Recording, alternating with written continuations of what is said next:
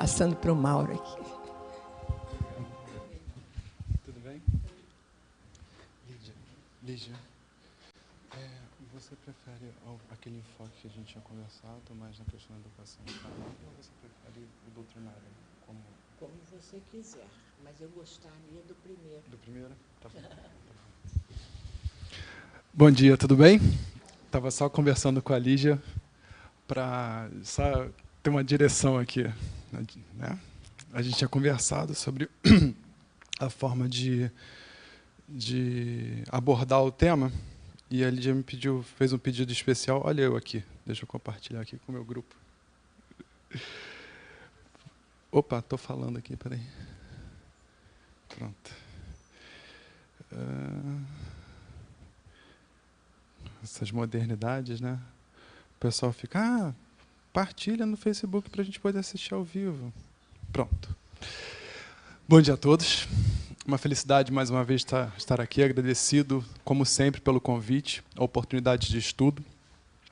Hoje a gente vai conversar sobre a infância, tá? Gostaria de começar dizendo o seguinte: eu não sou pai, tá? Mas isso não desvaloriza o intento. Eu vou explicar por quê. O que dói mais na vida? Perder o emprego ou fracassar na criação de um filho? Ver o filho tropeçando, caindo no intento. E a gente pensando assim, nossa, eu me esforcei, dei o máximo de mim, e, no entanto, meu filho está sofrendo. O que dói mais? E quanto tempo a gente consome da nossa vida nos preparando para trabalhar? E quanto tempo na vida a gente consome nos preparando para sermos pais e mães? A gente se dedica, estuda a vida inteira, 12 anos de colégio, 4, 5, 6 anos de faculdade, mais não sei quantos anos de doutorado, pós-graduação, etc., etc., para ter dinheiro.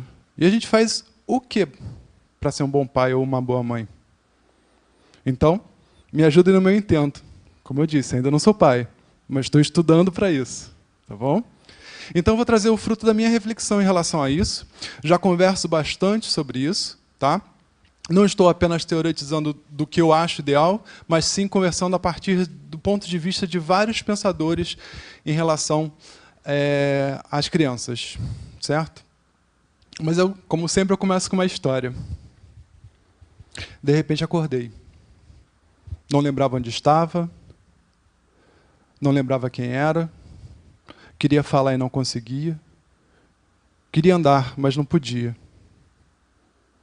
Eu tinha mais de 5 diplomas e não conseguia completar uma palavra, que sequer uma sílaba. Olhava para as pessoas, queria me expressar e não conseguia. Não conhecia as pessoas que estavam à minha frente. Quem era aquela pessoa que sorria para mim? Quem era aquele que me tirava de um lugar tão quentinho e agora aqui, frio, sofrimento? Sinto alguma coisa no meu estômago, mas não explico o que é.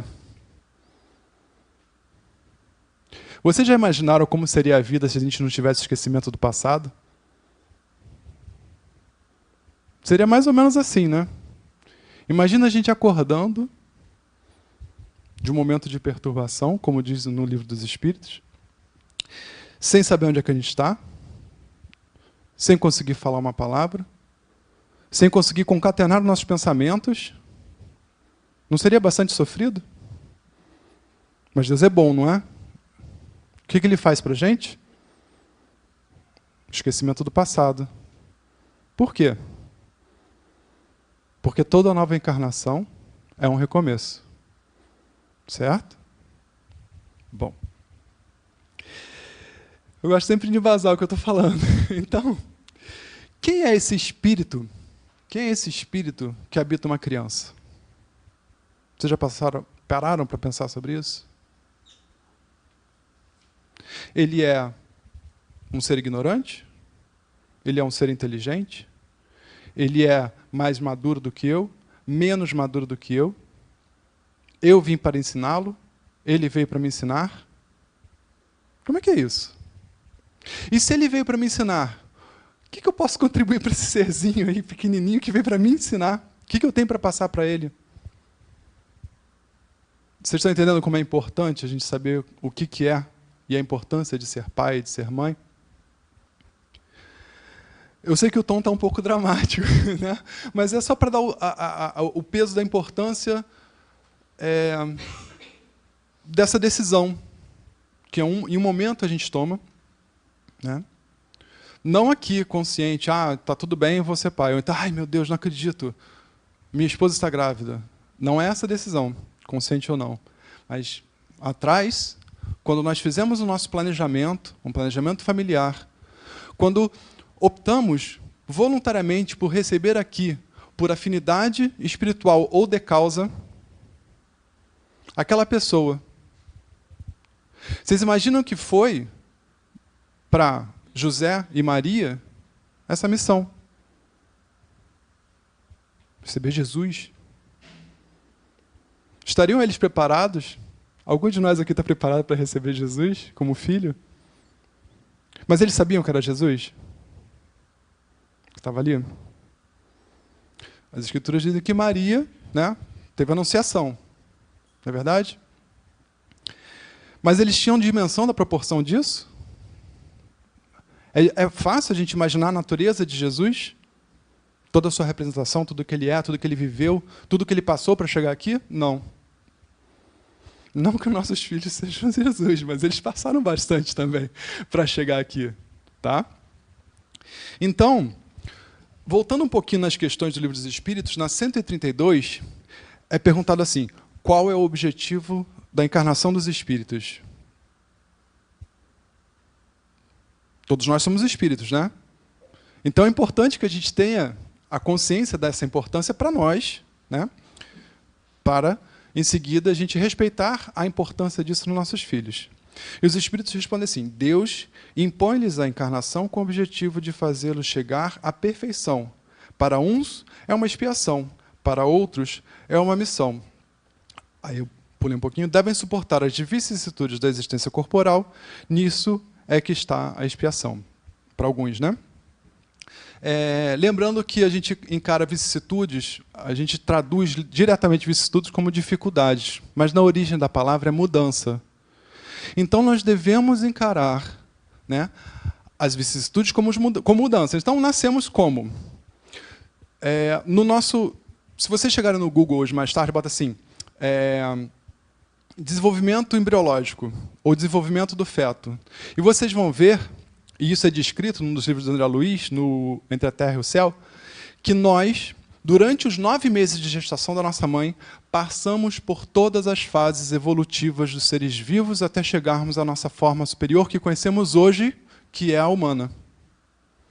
Então nós começamos num ser unicelular, passamos a um ser pluricelular e passamos por todos os reinos, peixes, répteis, entenderam o que eu estou falando? Todos os reinos, pode botar a figurinha que vocês vão entender o que eu estou falando. Desculpa não ter trazido. Até, mais ou menos do 6º para o 7º mês, tomarmos finalmente a forma humana. Perdemos o rabinho, porque a gente tem um rabinho enquanto feto, né? Perdemos as nossas barbataninhas.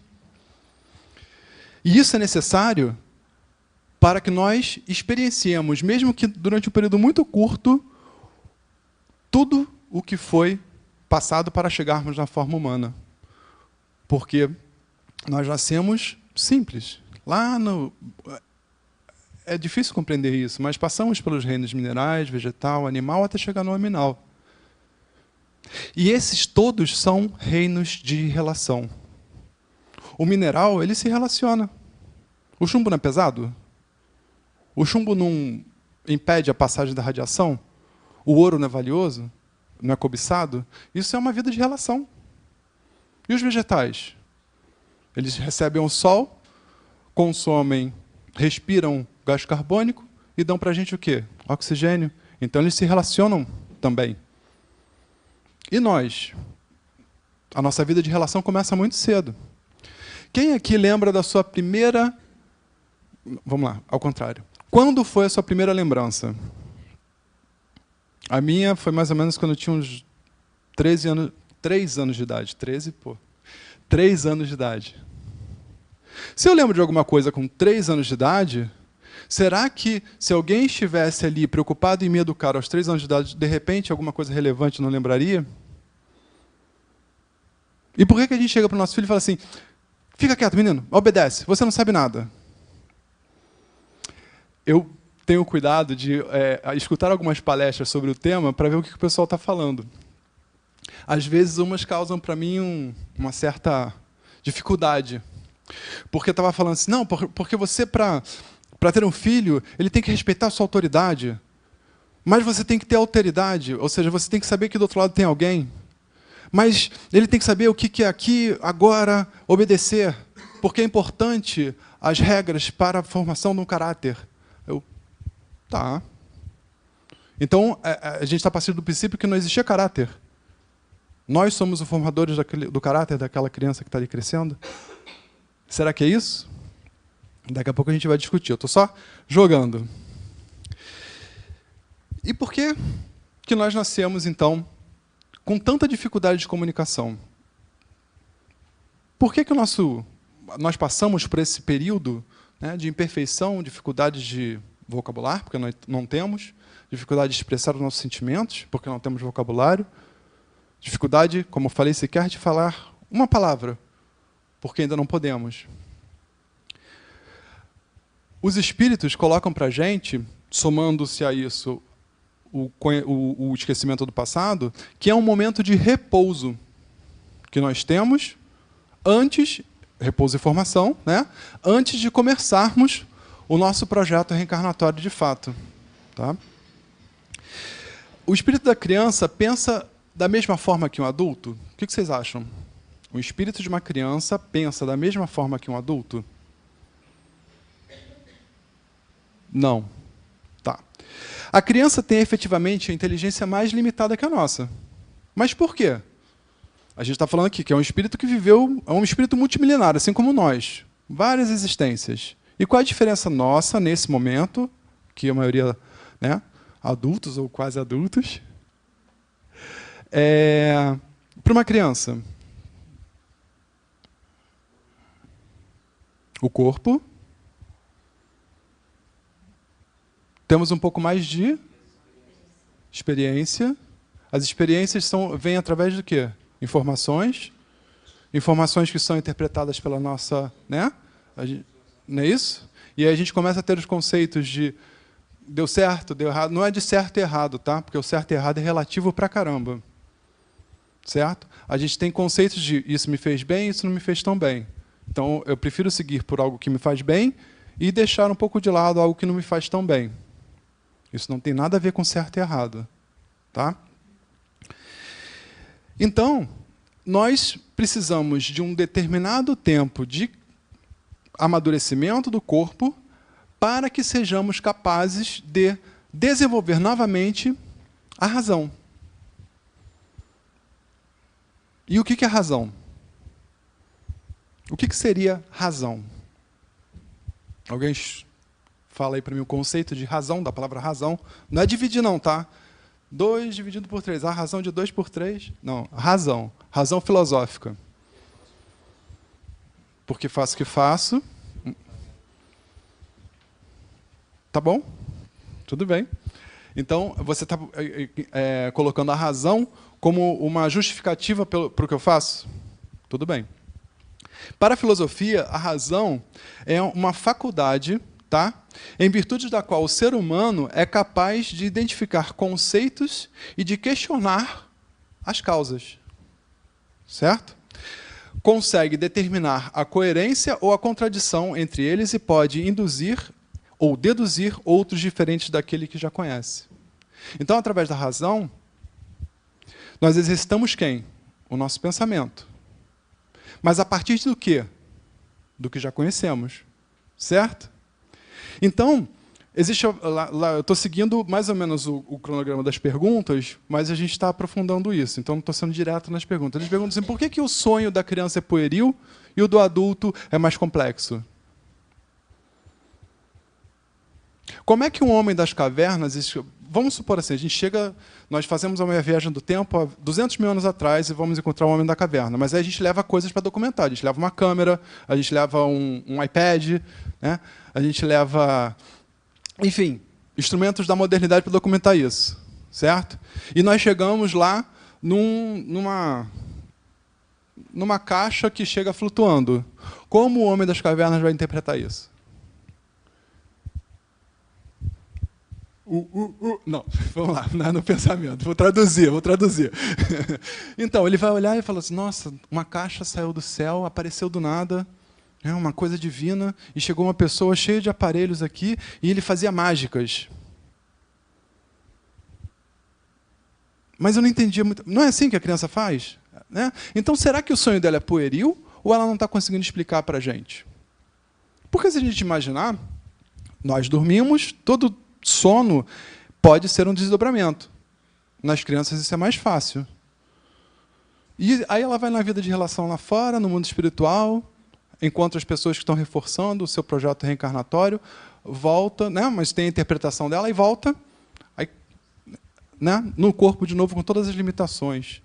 Porque o nosso corpo limita as nossas lembranças, ele filtra. Né? E aí a gente explica de uma forma muito pueril algo que a gente vivenciou.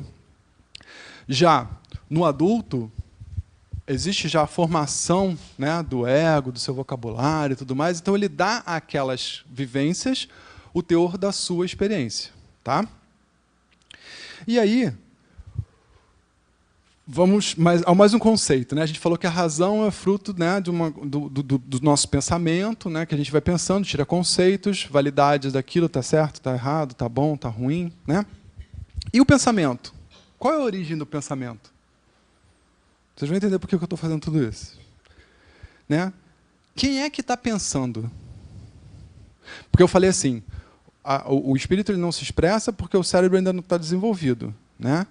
Mas se ele não se expressa, ele não está pensando? Então ele não está pensando? Ou ele está pensando? Está pensando, né? Está pensando. Em que língua que ele pensa? Essa foi uma pergunta que meu sobrinho de 10 anos me fez. Tio, um surdo e mudo, ele nunca falou português. Ele nunca escutou português. Como é que ele pensa?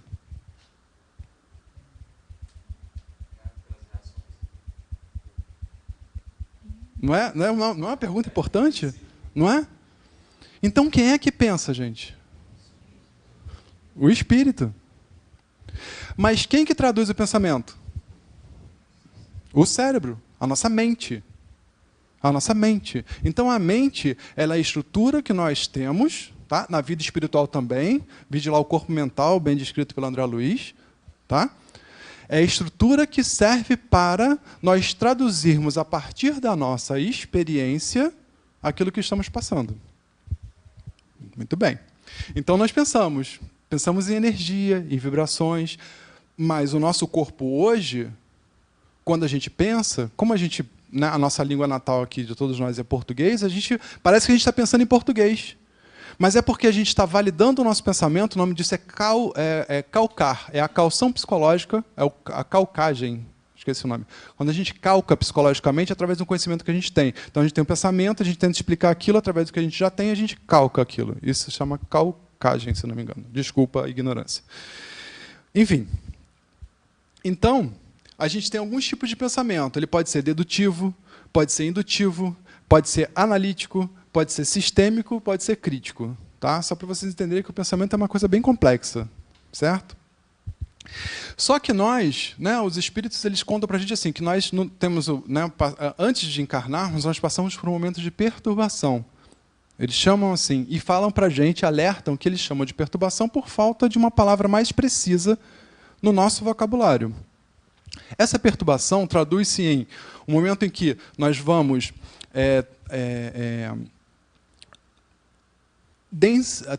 aumentando. Para a gente reencarnar, para a gente animar um corpo aqui, a gente precisa trazer para o nosso perispírito, ou seja, o corpo do espírito, vamos botar dessa forma, a vibração da Terra, certo? Essa vibração, quando vai se agregando ao redor do meu perispírito, vai tornando ele mais denso. Se eu não agregar, o meu perispírito, por si só, ele não consegue animar o corpo. Então, ele precisa agregar matéria da Terra, para essa matéria da Terra, influenciada pelo meu perispírito, poder animar o corpo. Estão entendendo? Ótimo. Então, à medida que eu vou fazendo isso, né, eu vou fazendo o quê com a minha capacidade de relação no mundo dos espíritos? Vou diminuindo, vou dificultando, certo? Então, o nosso esquecimento do passado, ele tem, sim, uma correlação direta com a nossa reencarnação. Porque se a gente está agregando, estou diminuindo meu sensório, né, minha capacidade de perceber, estou diminuindo a minha capacidade de locomoção, estou diminuindo a minha capacidade de visão em relação ao que eu tenho no mundo dos espíritos. E eu vou naturalmente esquecendo. Bom, vamos lá. Então, esses conceitos eu precisava trazer para que a gente conseguisse entender o que a gente faz enquanto pai e mãe. E aí a gente vai para 283. Qual é a finalidade da infância? Quanto tempo dura a infância? Eu estava conversando isso de hoje de manhã cedo, né? Que no livro dos Espíritos fala assim: é importante que os filhos, até mais ou menos 15 a 20 anos de idade, recebam a experiência dos pais para depois partirem para a vida. Eu fiquei pensando, poxa, né? Tem filhos de 40 anos que ainda estão recebendo isso, né? Mas por quê? Fruto do tempo, né? Hoje são tantas as necessidades e tantas as informações que é difícil para um pai ter a segurança de falar assim, pronto, agora você pode ir para o mundo, filho. Ao mesmo tempo, e isso é importante a gente perceber, será que lá atrás, de repente com pena desse filho, quando ele tinha 5, 6, 7 anos, quando ele tinha que fazer um trabalho para a escola, falava assim, não, filho, vem cá que eu resolvo isso para você, está muito difícil. Aí eu pegava e fazia. E aí, quando chega ele hoje aos 20 anos, né, mais independente, adulto, né, tá na faculdade, né, e ele tem uma dificuldade enorme para resolver um problema, fazer um projeto para a feira de ciências da faculdade, fazer o nome não é esse, né, um painel, né, para apresentar numa feira da faculdade, sem referências. Mas quem tirou essa referência? Será que ele não nasceu com a referência? Então, existe essa questão. Por quê? Porque nós, por não conseguirmos nos representar no mundo, queremos que alguém represente isso. Ou é a nossa profissão, ou são os nossos diplomas, ou são os nossos filhos. Por isso que eu falei que é mais difícil a gente fracassar na questão profissional do que fracassar nos filhos. Porque na questão profissional, a gente, no máximo, levou alguns anos numa profissão e, pum, não deu certo. O filho, a gente levou uma vida inteira. Aí fala, pum, não deu certo. É bem mais duro, né? Então, é necessária a infância, porque no período, mais ou menos, e aí a fonte disso está no livro Missionários da Luz, André Luiz, até mais ou menos 9 anos de idade, existe uma vida de relação do espírito com o mundo espiritual maior, mais intensa do que a vida aqui na matéria. Por quê? Porque a ligação com o corpo físico não está completamente formada. Existe uma glândula do sistema endocrinológico, neuroendócrino, que fica mais ou menos aqui nessa altura, chamada glândula pineal. Tá? Ela é responsável pela produção da melanina, né? E no mundo dos médicos, no meu mundo, eles falam assim, a melanina é importante para regular o sono. Desculpa, melanina da pele. Ó, viu que coisa horrível? Obrigado. Melanina da pele, tá? Melatonina. Regula o sono. Mas é só isso que a pineal faz? Não. Ela é justamente a nossa via de comunicação e ligação com o mundo espiritual. E mais ou menos aos 9 anos de idade, esse laço se fecha, e nesse momento o espírito ele tem como se tivesse uma enxurrada de informação de todas as suas experiências da forma intuitiva das suas vidas anteriores. Então imagina um saco vazio, ou seja, uma criança que não foram passados para elas valores suficientes para lidar com toda essa intuição, com tudo isso que chega para ela, com toda essa emoção. Como é que ela vai encarar isso? Do outro lado, nós dedicamos tempo para o nosso filho. De mais ou menos 2 anos de idade, quando a comunicação se torna mais fácil, até os 7, 8, 9 anos de idade, nós fomos progressivamente dando a ele informação e dando a ele o quê? Independência de escolha. Mas não aos 3 anos, aos 4 anos. A independência de escolha, ela vem à medida que aquele espírito vai dando sinais de que é capaz. Tá? E nós vamos dando informação, informação, informação, informação, e aí, quando chega naquele momento, ele vai ter um embate entre toda a emoção que ele tem e a informação, toda a emoção que veio das questões anteriores e a informação de hoje. A informação que os nossos pais nos deram. Ah, mas eu não tive pai. As informações que o sistema, seu sistema de criação te forneceu. Porque esse sistema de criação, ele nos dá o quê? Crenças. E o que a gente traz do mundo, do nosso mundo, da nossa existência? Virtudes, valores, conquistas, certo? Então a gente vai ter de um lado as crenças dos nossos pais, certo? Com todas as suas questões, porque essas crenças elas dizem respeito à vivência do pai, tá? Em confronto com os valores que trazemos de outras vidas. Aí, o pai que não compreende isso, ele fala assim, nossa, eu falo as coisas do meu filho, parece que entra por um ouvido e sai pelo outro. Eu falo, e aí ele faz completamente diferente. Ele é muito indisciplinado. A gente chama o filho hoje de indisciplinado. E depois, lá na frente, no futuro, vai cobrar desse mesmo filho que ele não tem iniciativa para procurar um trabalho. Né? Então, o que na criança é indisciplina, que é a persistência na sua ideia, no mundo de trabalho, vai fazer falta. Mas, Mauro, então não posso tolir o meu filho? Tolir é uma coisa. Educar é outra. E aí a gente vê uma questão super importante. Existe uma diferença enorme entre instrução e educação. A gente fala assim, meu filho precisa aprender matemática, porque matemática é importante na vida dele no futuro. Ele precisa aprender português, porque ele tem que se comunicar, tem que saber escrever uma carta, tem que saber fazer uma redação, tem que saber fazer, né, um currículo. Isso é educação ou isso é instrução? Isso é instrução. E o que seria educação?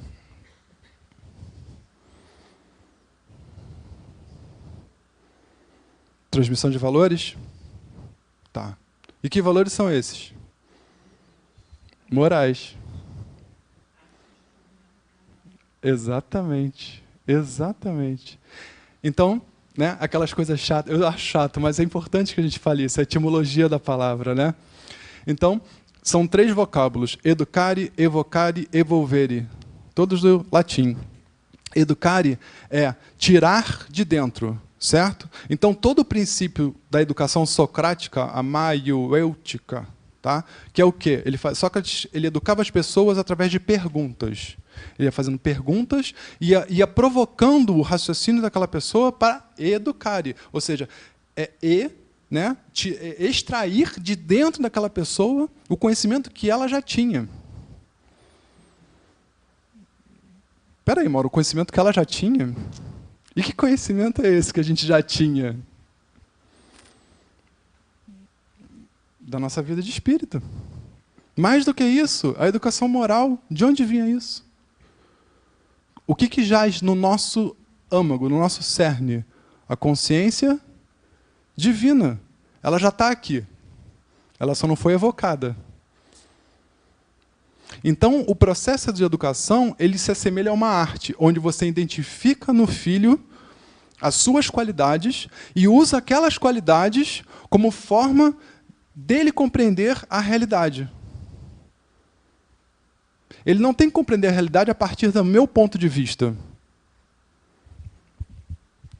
A gente, assim, isso é uma coisa como a gente fala assim, não, porque quando eu reclamo do meu carro, meu pai fala assim, porque na minha época eu andava num bonde puxado a burro. Eram 9 horas, eu tinha que sair 1 hora da manhã para chegar às 7 horas na faculdade, depois sair às 5 para chegar meia-noite. Você não sabe como era difícil. A gente escuta isso, né? Você escuta isso do tamanho. Você não sabe, quando eu tinha a sua idade, como era difícil. Pois é. Mas essas dificuldades foram necessárias para a nossa formação. Outras serão necessárias para a formação desse outro ser. Ele não tem que passar pelas mesmas dificuldades que eu passei, porque existe a gente sempre fala assim, Ah, porque nós, espíritas, né, a gente aprende ou pela dor ou pelo amor. Nós ainda somos tão ignorantes que nós aprendemos pela dor. Né? E a pessoa, ai, como eu sofro. Gente, vamos evoluir para aprender pelo amor? Vamos começar a estudar e ver as experiências dos outros? Né? Vamos pegar as obras de André Luiz, que conta a experiência de vários espíritas. Ah, tá, não quero ler André Luiz, porque ele é muito difícil. Pega as obras de Allan Kardec, vai lá no Céu e Inferno, vai ver o que acontece com os desencarnados, as suas impressões depois que desencarnam. Vamos aprender com as experiências dos outros. Por que a gente tem que sofrer também? Se já está tudo aí escrito. Né? A gente tem que passar. E aí, mais uma vez, voltando, né, à questão 114, para ressaltar essa importância da instrução e da educação, Allan Kardec pergunta assim para os espíritos: os espíritos são bons ou são maus por natureza? Ou são os próprios espíritos que se melhoram? O que vocês acham? Eles são bons ou são maus por natureza? Ou são eles mesmos que se melhoram? Eles mesmos que se melhoram, né? E qual é o nosso papel de pai e de mãe nisso, então? A gente tem como fazer o filho melhorar? Fazer assim, você vai ser melhor. Tem como? Está aqui, ó, a resposta. Os próprios espíritos que se melhoram. Por quê? Porque existe o livre-arbítrio. Então, se eu dei a melhor educação que eu conseguir, tá? Não existe faculdade de pai e mãe. Então, a gente aprende com a vida. A gente aprende com os livros também, se interessar. Mas não existe uma fórmula secreta. Mas eu dei o meu melhor. A minha consciência está tranquila. Eu fiz tudo o que eu podia dentro da minha possibilidade, né? E, no entanto, meu filho está sofrendo. Sofreu porque escolheu uma pessoa errada para se relacionar, sofreu porque, ante o estudo e a diversão, naquele momento que ele precisava se instruir, ele preferiu uma outra coisa e agora está tendo dificuldades. Será que a minha autoridade, a austeridade e obrigar ele a sentar e estudar vai ajudar alguma coisa? Será que a minha austeridade, a minha autoridade, obrigar ele a sentar e comer alface e tomate vai ajudar alguma coisa? Ou será que o meu exemplo de sentar do lado dele, na frente dele, e estudar e falar que é difícil, estudar o meu... Assim, olha, filho, eu tenho que estudar o negócio do trabalho, então você está aqui do seu lado, enquanto eu estudo, você estuda o seu exercício. Se tiver dúvida, fala comigo. Porque eu sei que é difícil. Quando você chegar lá, hoje, o seu trabalho é estudar português, matemática. O meu hoje é estudar bioquímica. Mas é difícil, as duas são difíceis. Jesus trouxe isso para a gente. Jesus ele instruía, ele trazia, né, a reafirmação dos códigos, em consonância com o que já existia, com uma pequena e grande diferença, baseando tudo na lei de amor e de caridade. Mas mais do que isso, ele vivia isso. Então, se a gente quer educar alguém, primeiro a gente tem que se educar. Por quê? Por que quando Jesus... Imagina uma pessoa que fala assim, eu sou o caminho, a verdade e vida. Imagina, você chega uma pessoa para você e fala assim, eu sou o caminho, a verdade e vida. Vai, fala sério, sai, vai embora daqui. Só que as pessoas ficavam ali, encantadas, babando, né? Ele é o caminho, ele é a verdade, eu vou seguir. Eu concordo. Por quê?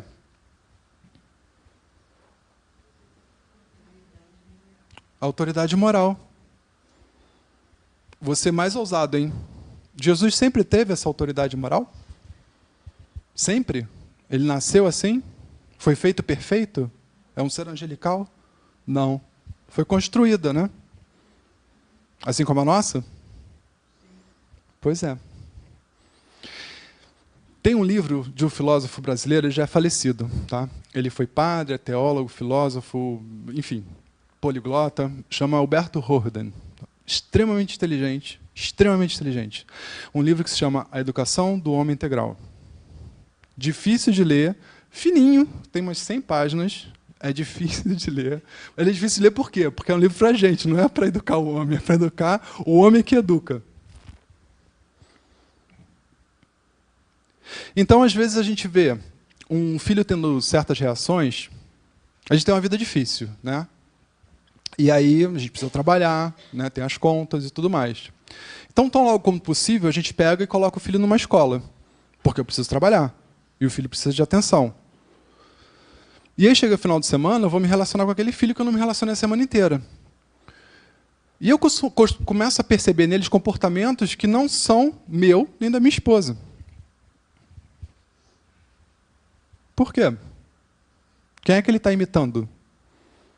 Porque ele passa mais tempo, né? Pois é. Eu conheço uma história típica do Rio de Janeiro, de uma criança bem nascida mesmo, né? E aí eles estavam numa festa e perto de uma comunidade e de repente começou um tiroteio, né? Aí esse menino, 5 anos de idade, isso aí é tiro de AK-47. Aí, isso é 9mm. Vem cá, filho, vamos conversar. Como é que você sabe disso? É porque a babá me fica botando vídeo para eu escutar e ficar falando, isso aqui, isso aqui, isso aqui, isso aqui.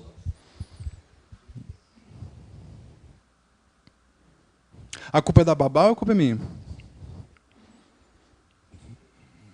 A babá está falando do mundo dela. Mas é esse mundo que eu quero para o meu filho?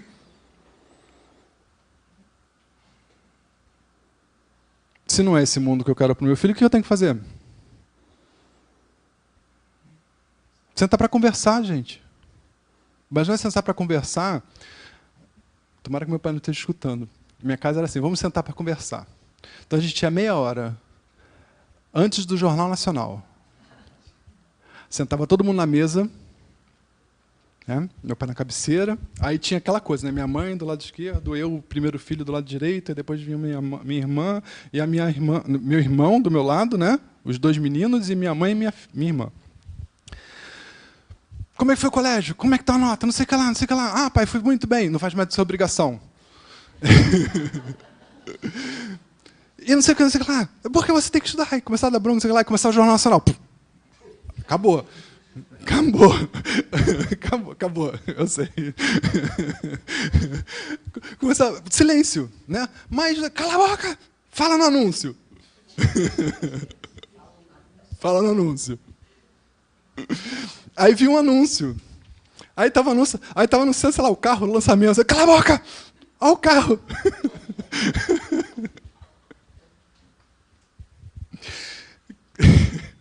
Se a gente não respeitar o tempo evolutivo dos nossos filhos, a gente vai estar atropelando eles. Então, vamos lá. Hoje a gente vai para a casa do fulano e tem o seu amiguinho lá. O amiguinho é o filho do menino, do outro, né, que tem 1 ano a mais. E isso, numa criança, às vezes faz muita diferença. Tá? Você vai ficar lá sentado brincando com ele enquanto os adultos ficam na sala. Aí eu quero, mas ele bate em mim. Que bate nada. Trata ele bem que ele vai te tratar bem. Não, mas eu não quero não. Mas não tem com quem ficar, sua avó está viajando, você vai. Aí chega lá, né? Aí tá um menino, parece o filho. Viu? Ele é muito legal, é seu amiguinho. Vai brincar com ele. Ai, pai, posso ficar contigo? Não, aqui na sala só tem adulto. Vai ficar com ele. Aí o menino lá, com aquela bronca, falou assim, ganhou um videogame novo. Videogame? Tem um joguinho e tal. Que legal, posso jogar? Aí vão os dois para o quarto, né? Aí estão brincando lá, jogando, Aí a gente está na sala, né, os adultos, né? Aí, 11h30, tá tarde. Tô cansado, trabalhei muito essa semana. Vamos embora. Aí entra no quarto da criança, vamos embora. Tá na hora de ir embora, eu quero ir. Pô, mas eu tô aqui brincando. Tá na hora, vamos embora. Aí a criança não queria ir, passou maior dificuldade para poder interagir com outro menino, foi lá com medo, começou a interagir, está se divertindo, você pega e arranca ela dali. Não está respeitando o tempo da criança, né? Mas será que a gente tem que respeitar todo o tempo da criança?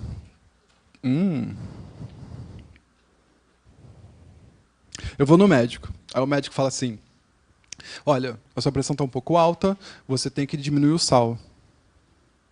Aí você chega em casa, poxa, eu tenho que diminuir o sal. Aí você chega para o seu filho de 8 anos e fala, filho, olha, eu tenho que diminuir o sal. A gente tem na geladeira peixe e hambúrguer. Né? Qual que tem mais sal, né? O hambúrguer. Qual que você prefere? O que a gente vai comer hoje? que o filho vai escolher? O hambúrguer. Por quê? Porque ele não tem maturidade para entender que no hambúrguer tem muito sal. E aí, essa que é a questão.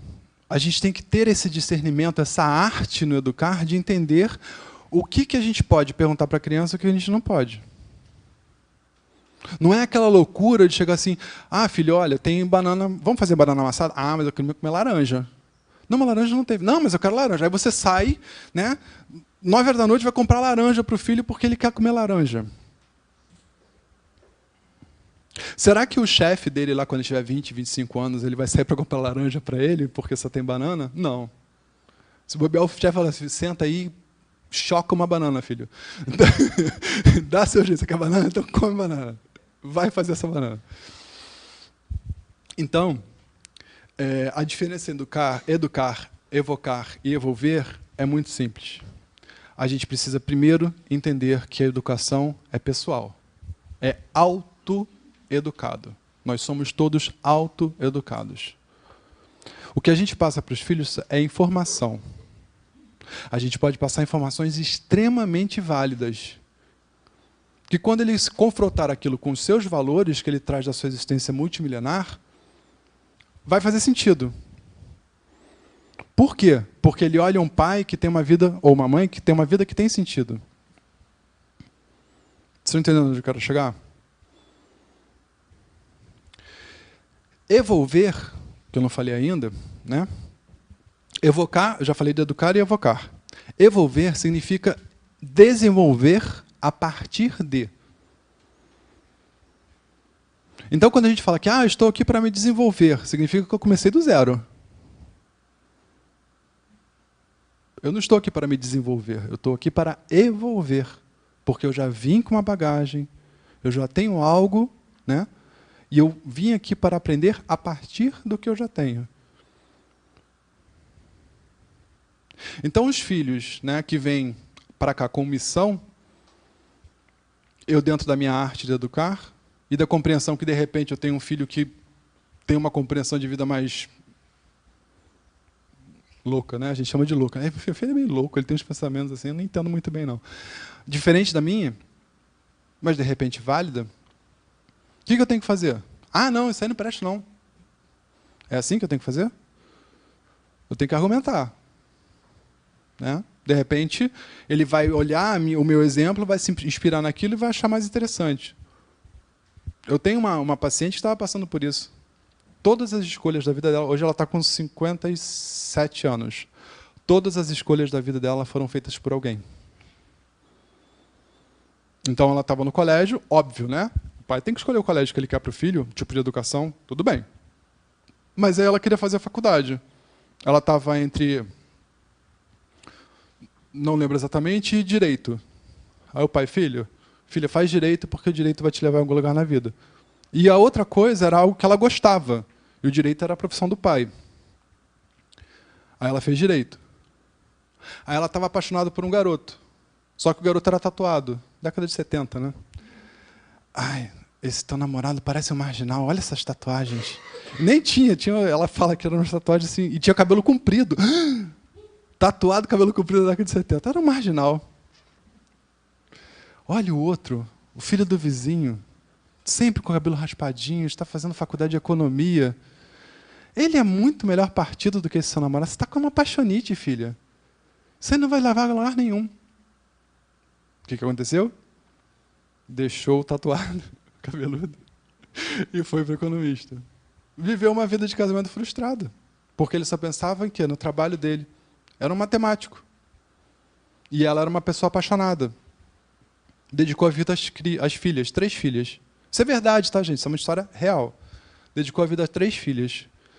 E aí o marido fez as contas, né, porque ele era matemático, economista, e achou que era mais importante ela estar com as filhas do que dedicar-se à carreira de direito dela. Já que ela não gostava muito mesmo, fica com as filhas.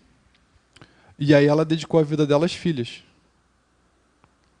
Uma morreu. Morreu mesmo. Uma infelicidade da vida, morreu. E as outras 2 se casaram. Uma foi morar na Noruega e a outra foi morar na França. E aí ficou ela e o marido dentro de casa, Ela não sabia quem ela era. Não sabia. E aí chegou para mim. Estou em depressão. Eu falei, não. Sim, você pode até estar em depressão, mas você sabe quem você é? O que você quer? Ah, eu quero só poder sair para jantar com meu marido em paz. Aí eu, poxa, você só quer isso da vida? Jura? Poder sair para jantar com seu marido e tomar um vinho? Você não quer nada. Não, O que você queria quando você não tinha marido, quando não tinha filha? Ah, eu queria fazer artes plásticas. Por que você não fez? Aí que ela começou a me contar a história toda, entendeu? Será que a gente quer isso para o nosso filho? Então vamos respeitar a existência assim como gostaríamos que a nossa existência fosse respeitada. Tá bom? Bom. Deu o recado. Tão silêncio assim, eu tô até... Gente, não é difícil assim não é tão difícil. É só a gente respeitar a nossa natureza, tá? O amor. É só isso. Porque sempre que a gente fala assim, qual é o exemplo de amor? É o amor de mãe, não é? A gente fala, o exemplo de amor é o amor de Maria. Então, amor e empatia.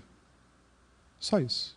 Se a gente desenvolver essas duas virtudes, a gente consegue ser um bom pai e uma boa mãe. Tá bom? Bom domingo para todo mundo. Fiquem com Deus. Desculpa se eu botei muita caraminhola na cabeça. Mas um grande beijo. Obrigado. Obrigado, Mauro.